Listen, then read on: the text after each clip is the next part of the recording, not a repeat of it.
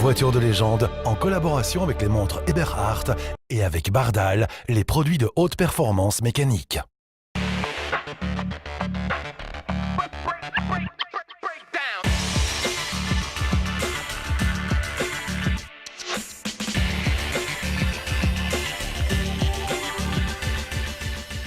Bienvenue dans Voiture de légende, votre émission des voitures anciennes, des épreuves historiques, classiques, de plus en plus regardées en France et en Navarre. Parce que vraiment, vous êtes nombreux aussi à réagir sur notre site internet voituredelégende.com, sur notre page Facebook, et on s'en réjouit. On va vous emmener, comme d'habitude, sur les circuits et les rallyes des plus beaux classiques de ces dernières semaines. On commence sur un circuit, regardez quelle belle auto, je suis assis sur une art car, je vais quand même être un précautionneux avec cette œuvre d'art, c'en est une, c'est Armand qui avait signé cette décoration pour la Venturi LMGT de notre ami Hervé Poulain au 24 heures du Mans, il y a une vingtaine d'années déjà. Alors direction, nous, un peu plus loin que le Mans, enfin pas très loin, dans le sud de Paris, sur l'historique autodrome de Linas Montlhéry.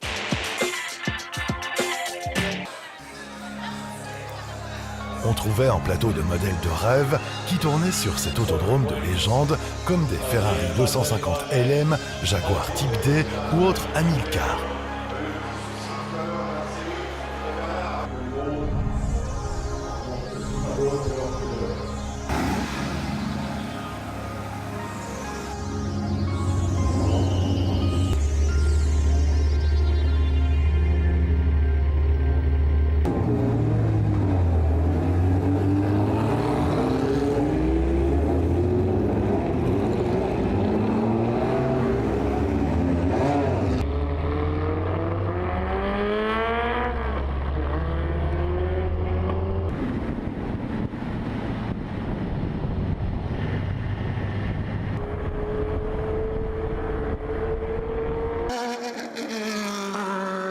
Les grandes heures automobiles 2015, c'était sur l'autodrome de Linas Montlhéry dans la région parisienne.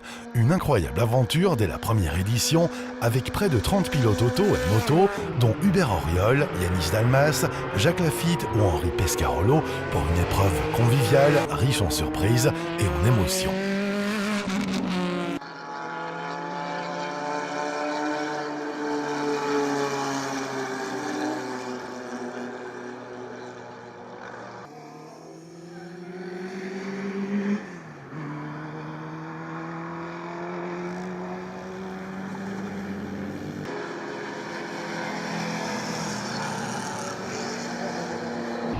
La manifestation était organisée de main de maître par toute l'équipe de Franz Hummel.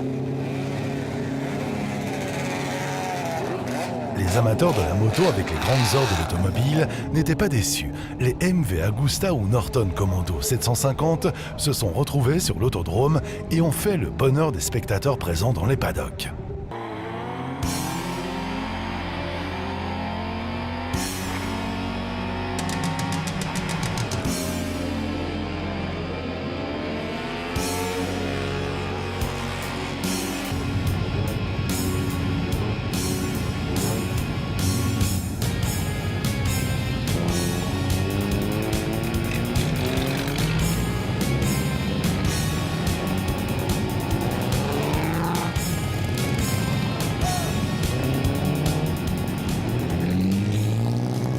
C'étaient des visiteurs et participants qui sont revenus dans les lieux alors qu'ils n'étaient pas venus depuis longtemps.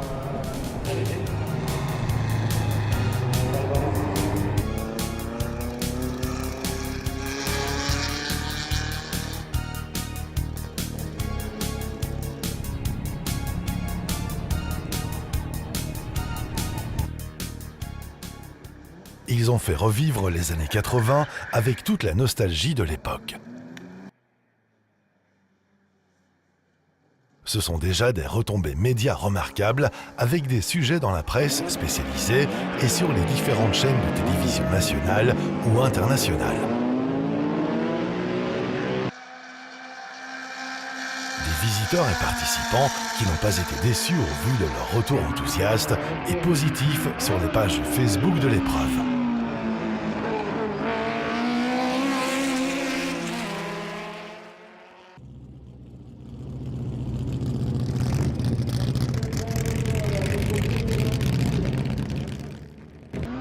c'était également un formidable plateau de groupe B, comme la rarissime Ferrari 308 GTB groupe B, les 205 T16 Evolution 1 et 2, ou la Lancia Delta S4, pilotée entre autres par René Arnoux, François Chatriot ou Bruno Sabi.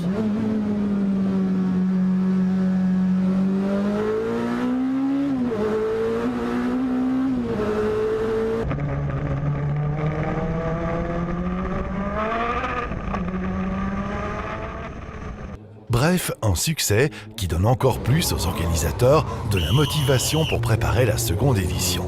Certains nous ont dit rêver d'un Goodwood à la française. Pour essayer d'approcher cette référence, les organisateurs auront besoin du soutien de tous les passionnés afin d'organiser la plus belle fête des sports mécaniques en France. Alors rendez-vous les 24 et 25 septembre 2016 pour la deuxième édition des Grandes Heures automobiles. Ah, l'autodrome de Montlhéry et ce fameux anneau de vitesse, le banking remonte aux années 20, c'est vous dire si les grandes heures de l'automobile portent bien leur nom. Les grandes heures du karting, alors on ne va pas dire que c'est les grandes heures, mais ça c'est vraiment les tout premiers go-karts, ça remonte aux années 60. Et là, nous sommes effectivement en 1964 au karting du Zout pour les connaisseurs. Nous allons prendre la direction de cette station balnéaire de la côte belge pour un très bel événement, le Zout Grand Prix, qui depuis quelques années monte en puissance et s'impose parmi les réunions de voitures classiques les plus prestigieuses, avec un concours d'élégance absolument exceptionnel et un rallye auquel participent quelques authentiques vedettes, par exemple, Derek Bell sur une des célèbres Bentley Blue Train.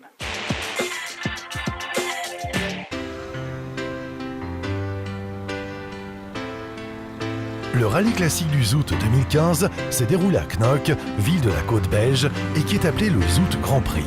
C'est une épreuve de régularité unique pour des voitures qui ont leur première inscription entre 1920 et 1965. Avant de pouvoir prendre le départ, ces somptueuses anciennes doivent passer par la case contrôle technique afin de vérifier qu'elles répondent aux normes de circulation, tant administrativement que techniquement. Elles passaient ensuite toutes par les mains pour recevoir leur traceur GPS. Elles traversent l'arrière-pays avec départ et un finish au Zout. Knock-le-Zout a depuis toujours été le temple des vacances, mais également le reflet d'un certain art de vivre où les loisirs riment avec beauté, sport et raffinement. La station balnéaire accueillait depuis quelques années un événement automobile de renom réservé aux voitures anciennes de prestige. Lors du Zout Rally, l'une des courses organisées à l'occasion du Zout Grand Prix à Knock, non moins de 180 old-timers prenaient le départ d'un rallye de régularité de 2 jours, balayant les routes de Flandre. Comme chaque année, 2 formules ont été prévues. La première est le véritable concours de régularité, avec une vitesse moyenne, des RT et le Flying Car Mile qui ajoutent un peu de suspense au rallye. Il s'agit d'une balade calme mais impressionnante avec des voitures présélectionnées. Les contrôles techniques et les formalités ont lieu le jeudi au Drivers Club en face de l'Albert Plain. Les concours de régularité et les balades ont lieu le vendredi et le samedi en passant chaque fois par des paysages attrayants. Le club organise en plus du Zout Grand Prix le Zout Top Mark et le concours d'élégance sans oublier le GT Tour. Tous les participants sont heureux et satisfaits de l'épreuve, malgré de petits inconvénients non prévisibles. Bon, on n'est pas toujours très content, vous voyez ça à ma tête. Donc voilà, il faut rester calme et puis rentrer gentiment. Voilà, non, il faut relativiser, c'est un jeu.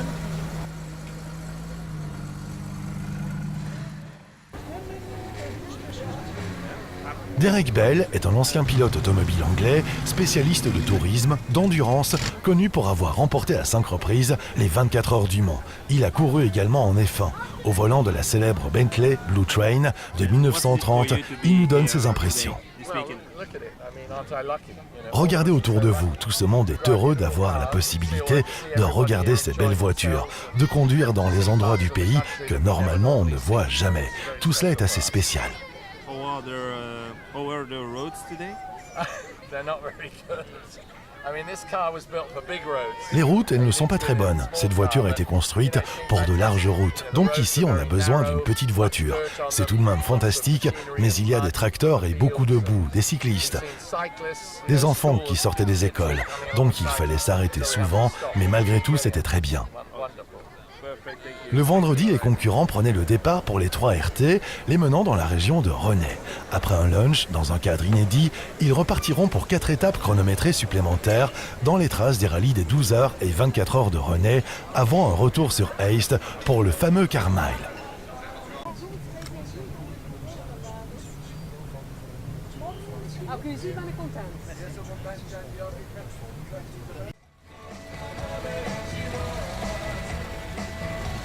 Autre pilote présent aux août, Peter Thune est l'octuple champion de Belgique des rallyes WRC de 2001 à 2012. De la vitesse au rallye de régularité, c'est là toute la différence. C'est très difficile, on ne sait pas où ils prennent le temps, donc on a essayé d'avoir le bon moyen, mais bon, c'est difficile à savoir. Vous prenez du plaisir dans ce genre d'épreuve? Ouais, non, c'est chouette, c'est un peu plus relax, surtout pour le pilote, on n'a pas beaucoup de stress. Dans un rallye moderne, c'est très stressant de ne pas faire des erreurs, mais ici c'est vraiment relax. Le stress c'est plutôt pour les copilotes, donc c'est bien. Le parcours du Zout Rally demeurant confidentiel, jusqu'à ce que le premier équipage au départ reçoive son roadbook, nous ne pouvons rentrer dans les détails de la structure de l'épreuve. Le samedi, départ de Knock pour 2 RT, un slalom, un lunch à Bruges et une parade dans le centre historique. Les concurrents prendront ensuite la direction de la périphérie pour affronter un tracé sinueux et spectaculaire qui sera suivi par 2 RT, ramenant tout le cortège vers la côte.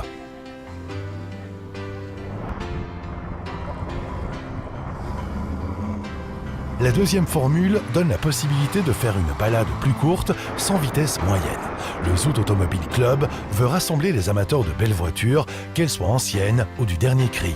Pour en accentuer le caractère national, le comité du club compte des passionnés issus des régions du pays, qui sont les organisateurs de cette initiative.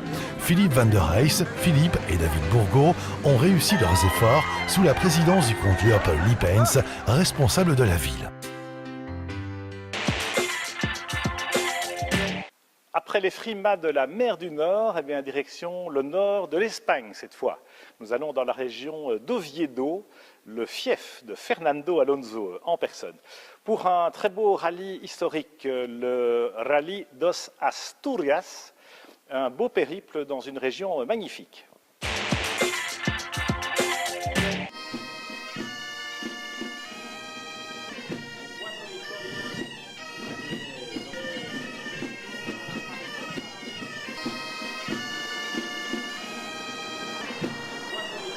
L'avant-dernière manche du FIA Historic Rally des Asturies avait pris ses quartiers dans la région d'Oviedo.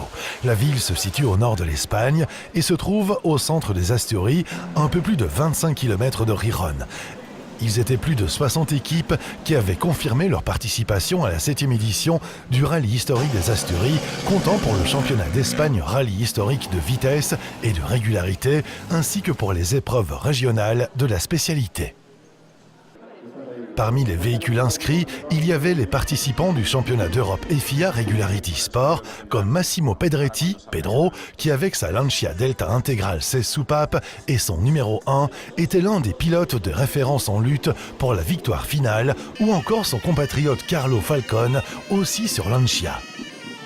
Dans tous les cas, Pedro devait faire face à de solides équipes locales, comme les Ford Sierra Cosworth 4x4 du team Pravia Auto Competition, de Lolo Garcia et Daniel Alonso, les leaders incontestés de la catégorie 4, dans la mesure de leurs résultats cette saison au championnat d'Espagne.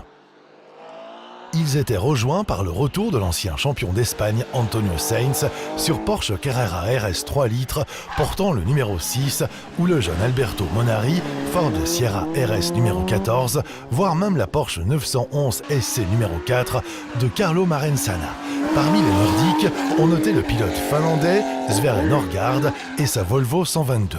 Malgré la frontière assez proche, moins de 350 km, on déplorait la non-participation d'équipes françaises sur cette manche du championnat FIA. Les organisateurs avaient bien préparé cette manifestation avec 11 sections chronométrées sur un total avoisinant les 147 km. Le vendredi, après la cérémonie du départ de la Plaza de Oviedo, les pilotes ont fait ensuite 2 passages dans la spéciale de Pravia. Le lendemain, les passages chronométrés se déroulaient dans Cañedo. Agonés et Prada, les équipes l'ont parcouru finalement 3 fois avant de revenir à la Plaza Conde de Pravia pour la fin de cette édition des Asturies. À mi-parcours, on trouvait aux premières places, derrière l'intouchable Pedro, on avait Carlo Eugenio Marenzana qui était suivi par Sainz et Falcon. Explication chez les pilotes, mais aussi chez les spectateurs, jusqu'à ce que la dernière section se termine dans ce 7e rallye Asturias Histórico. Tout un symbole pour les amateurs de sport mécanique de la région, car Fernando Alonso est né à Oviedo en 1981 et est devenu le premier champion du monde F1 de l'histoire de son pays en 2005. Il fallait donc attendre jusqu'à la dernière spéciale de l'épreuve pour savoir quelle équipe allait voir son nom inscrit dans les tablettes du rallye Asturias Histórico. Dans le tronçon final, seulement quelques secondes séparaient les 2 coureurs italiens, très en verve, mais finalement la victoire est revenue à Pedro, celui qui était en tête dès le début de la 2e étape et finissait en fin de rallye avec une différence de 11 secondes sur Marenzana. La 3e marche du podium était pour l'équipage espagnol d'Antonio Sainz et Javier Martinez Cateneo avec une Porsche Carrera RS qui terminait à 51 secondes du vainqueur. Dans la classe réservée au championnat d'Espagne de vitesse, la victoire a été décernée à Daniel Alonso et David de la Puente malgré un souci dans le final qui les ont fait souffrir avec un problème mécanique dans l'avant-dernière spéciale. À la 2e place, on trouve Antonio Sainz qui a terminé à 23 secondes derrière la Ford d'Alonso. L'Espagnol Alberto Monari les accompagnait sur le podium pour le 3e accessite et placé à la fin du rallye sa Ford Sierra Cosworth à 2 minutes 35 du vainqueur. Lolo Manuel Garcia, malgré la course en tête, dès la première journée, était contraint à l'abandon suite à une panne dans la fin de la section Cañedo 3. Rendez-vous le mois prochain dans votre émission favorite, Voiture de légende, avec la manche anglaise de Newcastle.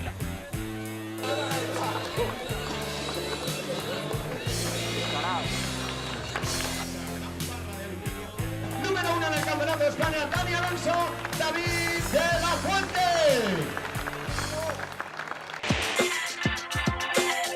Très beau rallye que ce Asturias Histórico, l'avant-dernière manche du championnat d'Europe FIA, le Sporting et Regularity Trophy. Comme on dit, on reste en Espagne avec un dernier rallye, mais on va dans le sud maintenant, l'extrême sud de l'Espagne, en Andalousie, direction Malaga et la région de Motril, plus précisément, pour le rallye de la Sierra Nevada.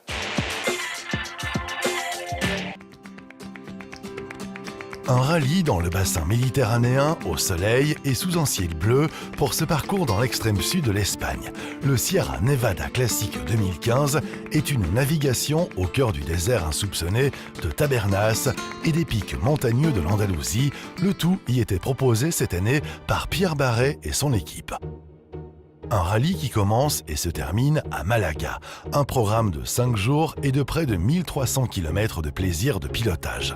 Chaque jour, la longueur des étapes était calibrée en temps et en nombre de kilomètres pour revenir tôt dans l'après-midi à l'hôtel afin de pouvoir profiter pleinement des piscines et bords de mer. Le patrimoine historique et artistique était phénoménal, tant au niveau des châteaux et forteresses que des palais et lieux de culte. Départ du port de plaisance de Malaga, prologue et traversée des collines andalouses lors de la première étape. Les concurrents partaient de Malaga vers Alomartes et puis la ville-repos de Jaén. Le second jour, les véhicules partaient de Jaén vers Buranchel, Sierra Cazorla et retour à Jaén. Premières étapes spéciales dans l'arrière-pays. La dextérité du pilote, alliée à la concentration et la précision du navigateur, étaient les atouts principaux pour bien figurer dans le classement, étape par étape. La troisième étape se parcourait sur un total de 280 km, la plus longue du rallye, et la première étape de montagne de Jaén Sierra Nevada, RT de Cuentar à 20 km de Granada, puis repos bien mérité à l'hôtel. C'était la première étape de montagne pour les participants et assistance. Une très belle liaison avec la descente de Quesada et la montée de Puerto de Tiscar pour arriver au sanctuaire de Tiscar, lieu du repas de midi.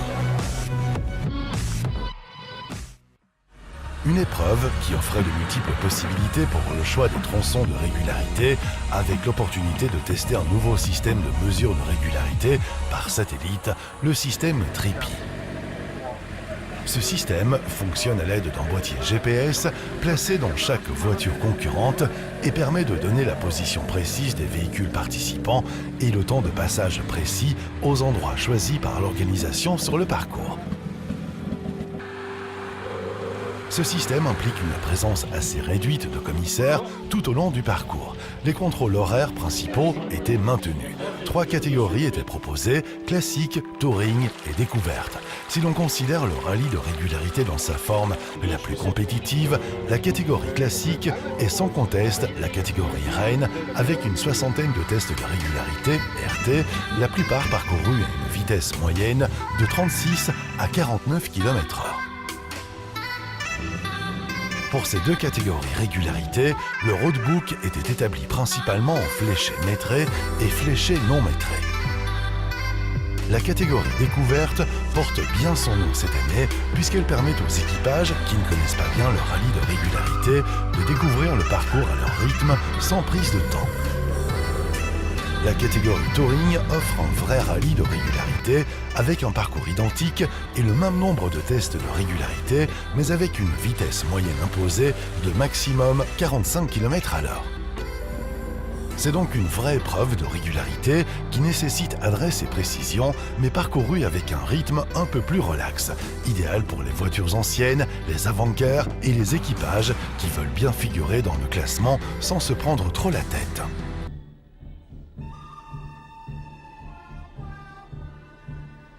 Le jour suivant, c'était la Sierra Nevada, départ de Tabernas et le Envia spécial dans les décors studio western de Fort Bravo.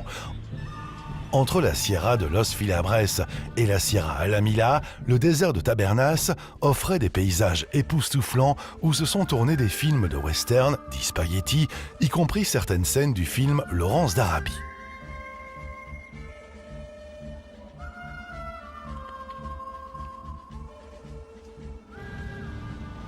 La 5e étape et dernière journée du rallye se déroulait de La Envia, Alcazar, puis Malaga et le Palacio Hotel, lieu de remise des prix.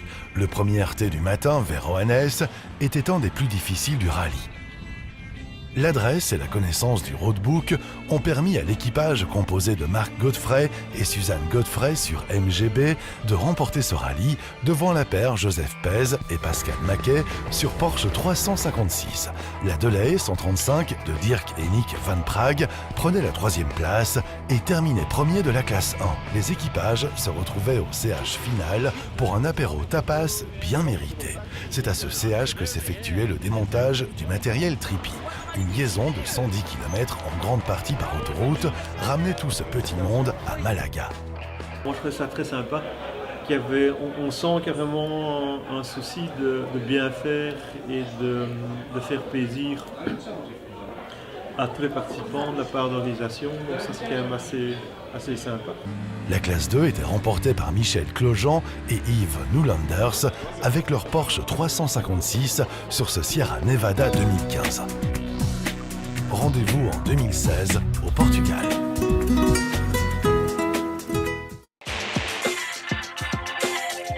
C'est déjà la fin de votre émission Voiture de légende. Le prochain rendez-vous, le mois prochain, eh bien, nous aurons le Corse historique. L'occasion évidemment de retrouver des véritables voitures de course, d'authentiques bolides de rallye dans un décor de rêve, naturellement, celui de l'île de Beauté. On se réjouit d'y être, on est franchement impatient parce que c'est un rendez-vous incontournable du calendrier classique en fin de saison. Rendez-vous avec nos partenaires, Rétro Course, le magazine qui vous raconte les épreuves historiques tous les mois, et newsclassicracing.com pour d'autres infos au quotidien sur Internet. Vous pouvez aussi retrouver cette émission naturellement sur notre site voituredelégende.com. À la prochaine et bonne route!